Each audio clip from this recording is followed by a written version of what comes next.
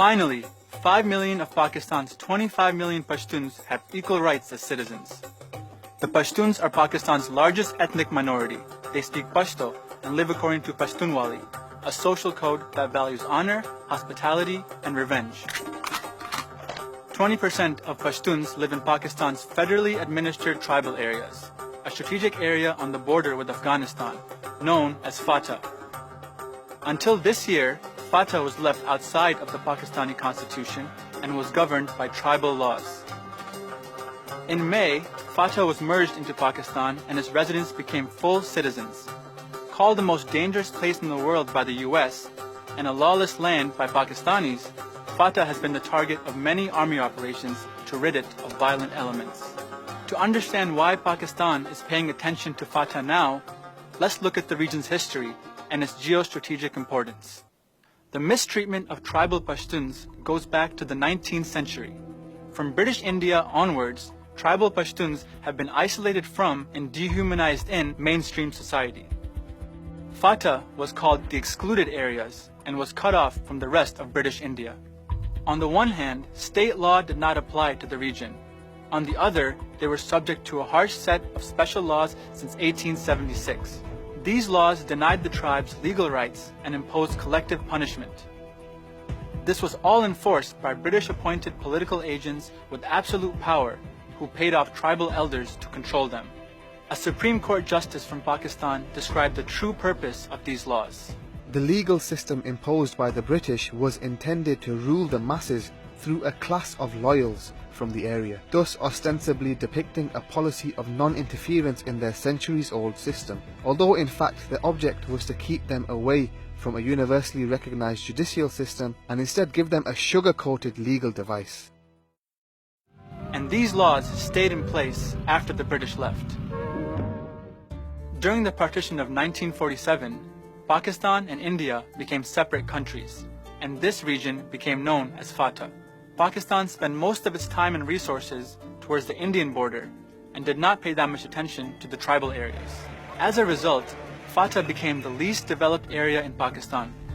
It has a literacy rate of 33% and 60% of the population lives below the poverty line. The existence of the tribal belt on the margins of Pakistan meant that the region was vulnerable to infiltration by smugglers and fighters. It wasn't until the 1970s when FATA's unique location and legal status began to be exploited by external powers. The 1979 Soviet invasion of Afghanistan shone a spotlight on FATA. The US, fearing Soviet expansion, partnered with Pakistan and Saudi Arabia to fund the Mujahideen, fighters who would be used to push back the Soviets.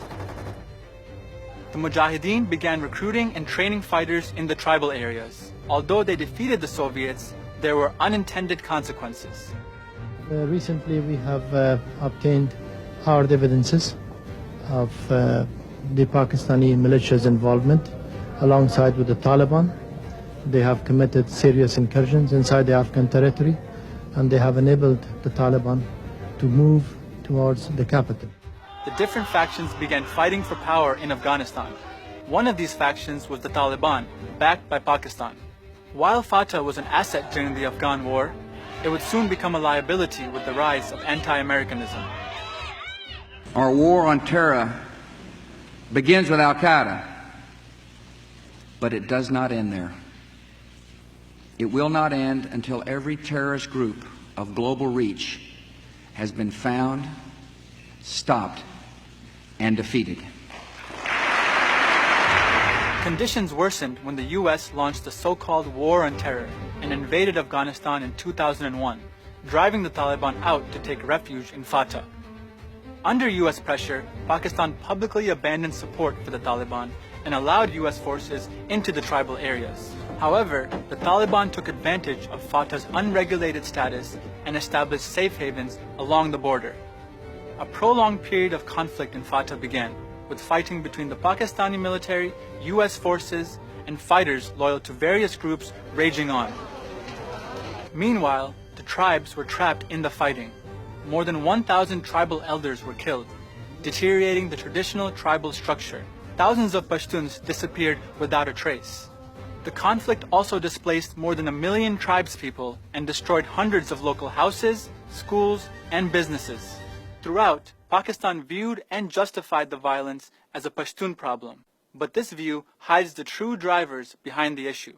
The tribal Pashtuns haven't had any political influence, access to media outlets, or self-determination from the time they were under the British-era laws. Even when the Pakistani president made reforms in 2011 to protect the elderly and the youth, the military reversed these changes. Security forces gave themselves the power to arrest any tribal Pashtun on the basis of suspicion or complaint. Do you believe that civil liberties in this country are being eroded in your hunt for the Taliban? I mean, you have to go after a monster. So what do? And I think state of Pakistan is taking care that this does not impinge on the civil liberties of people as much as it is possible. Even though the establishment was determined to maintain the status quo, Pashtuns across Pakistan continued to publicize the problems in FATA.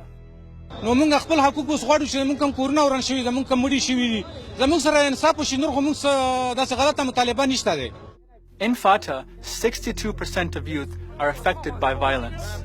Many tribal Pashtuns moved out of FATA to escape the conflict. But even in cities, tribal Pashtuns are targeted, especially by police who accuse them of being part of the Taliban. The kind of racialized tropes about Pashtuns is widespread in Pakistan and justifies a lot of violence by the military, but also by a lack of empathy and a lack of knowledge about what's been going on in the rest of the country. Lawyers, activists, journalists, and scholars demanded that Parliament make reforms in FATA, but their calls were ignored until this year. It was extraordinary when thousands of Pashtuns organized to protest decades of killings, disappearances, and mistreatment by the state. The peaceful grassroots protests were led by the new and young Pashtun Protection Movement, which captures the demands and feelings of tribal Pashtuns. To settle the unrest and to control the border, Pakistan merged FATA into the neighboring province. Though integration was a crucial step, plenty of work remains to be done.